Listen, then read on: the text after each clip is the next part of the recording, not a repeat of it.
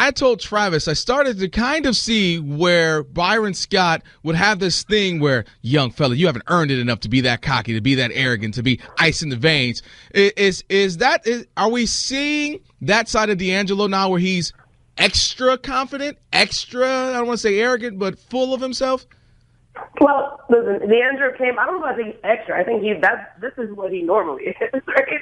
And I spent some time with the Lakers just to kind of see what it's like out on the road with the kids and what the real dynamic between Byron and D'Angelo is. And it was interesting. It was interesting because when you're around it, you totally understand why Byron was the way he was with him. I mean, D'Angelo is incredibly confident. I don't want to use that word cocky, but he is, right? And it's you feel it when you're around them. That, like, oh, I can see why Byron would feel like you've got to kind of educate this young fella, right? You got to earn it because he goofs around at practice. He's talking the whole time. He's always got to have something to say, and there's nothing wrong with that. But when you're still learning, when you're still growing as a player, that kind of stuff really matters. And I think like now that he's having some success and doing things the right way, then now is when you really have to nurture them. Now it's like, okay, you listen to me, or whether you listen to me or not, you're here now, right? And you got to encourage that and let him feel himself a little bit, because you want to nurture success, you want to nurture the confidence. And I think it's been an interesting dynamic to watch play out because, Byron had to take it. Byron had to put himself in the position of being the bad guy. So he's going to get criticized the whole time. And I think that, he won't get credit for that, right? Like, that's not something people are going to go, oh, that was good of Byron to do. But it was good of Byron to do. And, whether that affects his job going forward, we'll have to see this summer. Yeah. But I think, this was probably what needed to happen. And whenever anybody brings this up, I always point back to Kobe Bryant's rookie year with the way Del Harris treated him.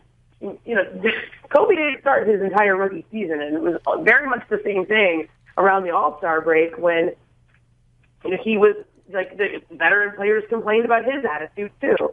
And, it's just an interesting way that history repeats itself, but also in the way that people forget history and how Kobe's career began, too.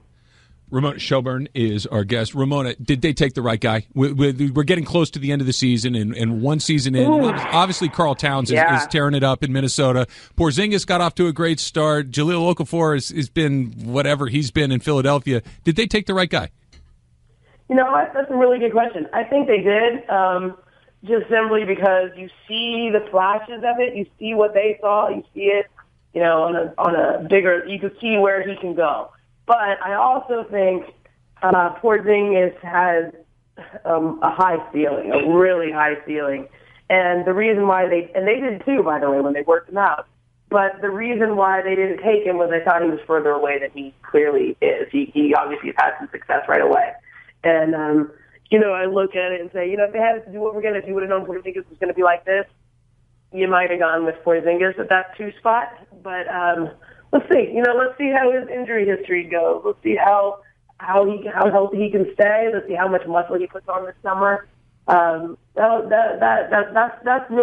was really the choice, because the Lakers wanted to take a guy with as much upside as they had. They could have gotten at that spot.